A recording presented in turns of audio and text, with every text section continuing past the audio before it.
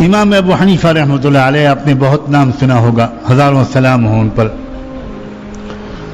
بہت بڑے محسن امت کے۔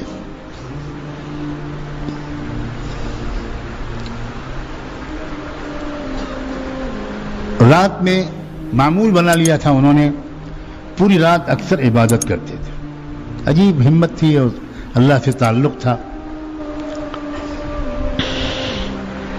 اپنے مکان کی چھت پر اکیلے لمبی نمازیں پڑھتے تھے، رو رو کے تلاوت کرتے تھے اور اللہ سے اپنا تعلق بڑھاتے تھے۔ ان کے مکان کی سے ملا ہوا مکان ایک ایسے شخص کا تھا جو بیچارہ غریب آدمی تھا اور موچی تھا۔ موچی سمجھتے ہیں؟ جوتوں کی مرمت کرنے کا کاروبار تھا، بیچارے کا چھوٹا موٹا کام تھا۔ تو روز کماتا تھا، کچھ پیسے ملتے تھے اس کو۔ اب وہ بھی بیچارہ کچھ عادی ہو گیا تھا نشے کا، تو چوری چھپے اس دور میں بھی کہیں نہ کہیں شراب مل جاتی تھی، تو وہ اسی پیسوں سے شراب خریدتا تھا، اور دن میں تو بیچارہ اپنا پیشہ کرتا تھا، کام کرتا تھا، رات میں شراب کے نشے میں دھت ہو کر کچھ گیت گاتا تھا، گانے گاتا تھا، اشعار پڑھتا تھا، جب تک نیند نہ آئے ایسے ہی حرکتیں کرتا رہتا۔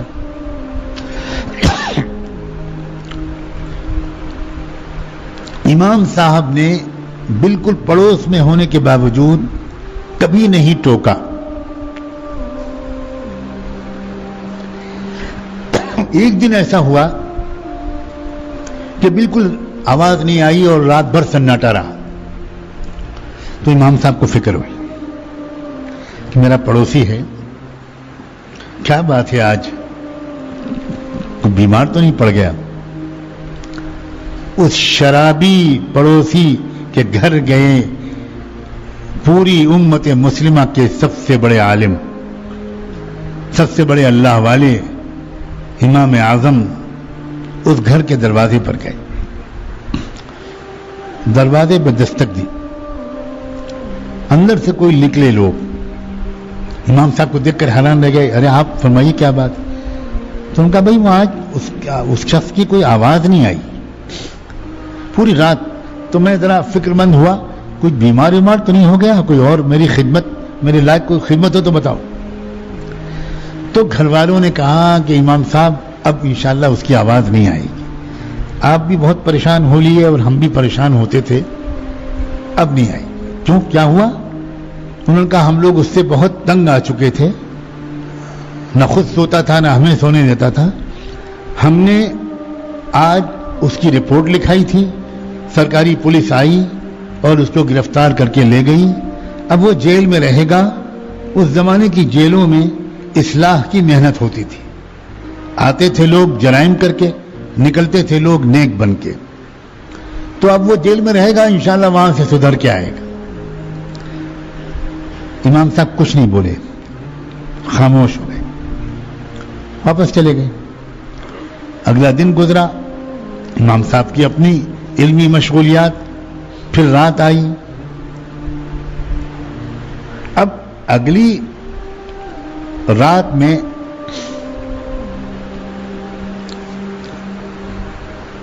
جب دن آیا، نہیں دن ہی میں، پہلی رات گزرنے کے بعد دن میں امام صاحب چپ چاپ شہر کے حاکم کے پاس گئے، جیسے ضلع کا کلیکٹر ہوتا ہے، اس کے پاس گئے۔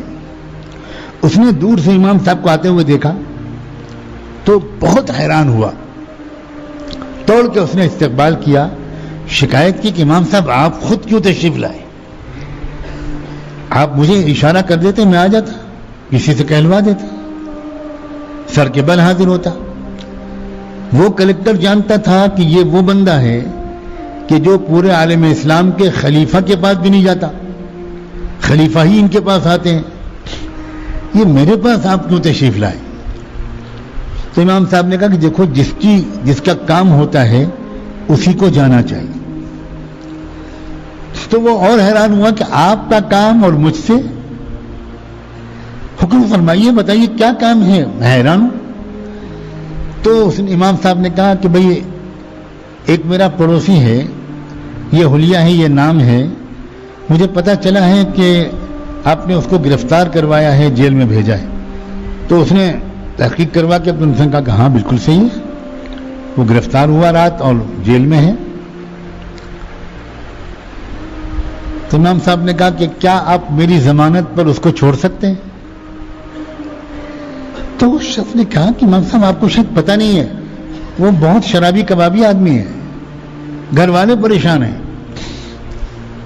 تو امام صاحب نے کہا مجھے سب معلوم ہے، پھر بھی آپ میری ضمانت پر اس کو چھوڑ دیں تو بڑی عنایت ہو۔ تو اس کلیکٹر نے کہا کہ امام صاحب آپ کیسی بات فرما رہے ہیں، آپ کا ہر جملہ حکم ہے، آپ کا فتویٰ ملک کا قانون ہوتا ہے، تو مجھے کیا اشکال ہے، آپ تشریف لے چاہیے گھر، میں بھیجتا ہوں اس کو۔ امام صاحب نے کہا کہ نہیں، میں انتظار کر رہا ہوں، میں اس کو اپنے ساتھ لے کے جاؤں۔ بیٹھ گئے امام صاحب، اس نے بلوایا اس کو اور وہ آ گیا۔ وہ دیکھ کے شرمندہ ہو گیا، سر جھک گیا، وہ سمجھا کہ پتہ نہیں امام صاحب میری کیا شکایت کرنے آئے ہیں، کیا معاملہ ہے۔ حاکم نے کہا کہ جاؤ، تم کو رہا کیا جاتا ہے۔ امام صاحب اٹھے اور اس کو ساتھ لے کے چل دیے۔ پورے راستے ایک جملے کی نصیحت امام صاحب نے کی ہو ایسا کوئی ثبوت نہیں ملتا، کچھ نہیں کہا، خاموش اس کو لے کر اس کو اس کے گھر پہنچایا، اپنے گھر میں داخل ہو گئے۔ پھر دن کا بقیہ حصہ گزرا، پھر رات آئی، اگلی رات میں پھر سناٹا، پھر کوئی آواز نہیں۔ امام صاحب تو انتظار کر رہے تھے کہ پھر آج شور مچے گا۔ تو جب دوسری رات میں پھر سناٹا رہا تو امام صاحب اگلی صبح کو پھر پہنچے اس کے گھر۔ آج جو دستک دی اور اندر سے لوگ نکلے تو امام صاحب نے دیکھا کہ دروازہ کھلا ہوا ہے، باقی لوگ تو سو رہے ہیں، لیکن وہ خدا کا بندہ جا نماز پر کھڑا ہوا رو رہا ہے۔ امام صاحب انتظار میں رہے، اس نے سلام پھیرا، دوڑ کے آیا۔ امام صاحب نے کہا میں تمہاری خیریت پوچھنے آیا ہوں، آج بھی کوئی آواز نہیں آئی، مجھے ڈر لگا کہ تمہارے گھر والوں نے تمہارے ساتھ کوئی برا سلوک پھر تو نہیں کر دیا۔ تو اس نے کہا امام صاحب اللہ اکبر و کبیرہ، پوری امت کے امام اعظم کی محبت کے نشے کے بعد اب مجھ کمینے کو شراب کے نشے کی کوئی ضرورت نہیں۔ آپ نے اپنی محبت کا جو نشہ مجھے پلایا ہے، جس عزت سے آپ نے مجھ جیسے گنہگار کی فکر کی ہے، میں اب تک نشہ کیوں پیتا تھا، میں شراب کیوں پیتا تھا؟ صرف اس لیے کہ میں اس شہر کا انتہائی غریب اور حقیر سمجھا جانے والا انسان تھا، ہر ایک مجھے ذلیل سمجھتا تھا، اور میں اپنی ذلت کے غم کا بوجھ ہلکا کرنے کے لیے رات میں شراب پیتا تھا۔ اب کہاں میں ذلیل، کیا مجھ سے بڑھ کر بھی پورے عالم اسلام میں کوئی عزت والا شخص ہے؟ اب مجھے شراب کی کیا ضرورت ہے؟ لوگوں، یہ ہے دین کی محنت، یہ ہے اکرام مسلم، یہ ہے دینداری، یہ ہے اخلاق جس کے ذریعے سے امت جڑتی تھی۔ اصل مصیبت آج ان لوگوں کی خرابی نہیں ہے جن کو ہم دنیا دار سمجھتے ہیں، آج کی اصل مصیبت جو ہے وہ ہم جھوٹے اور کھوٹے دینداروں کی جھوٹی دینداری ہے، یہ ہے اصل مسئلہ۔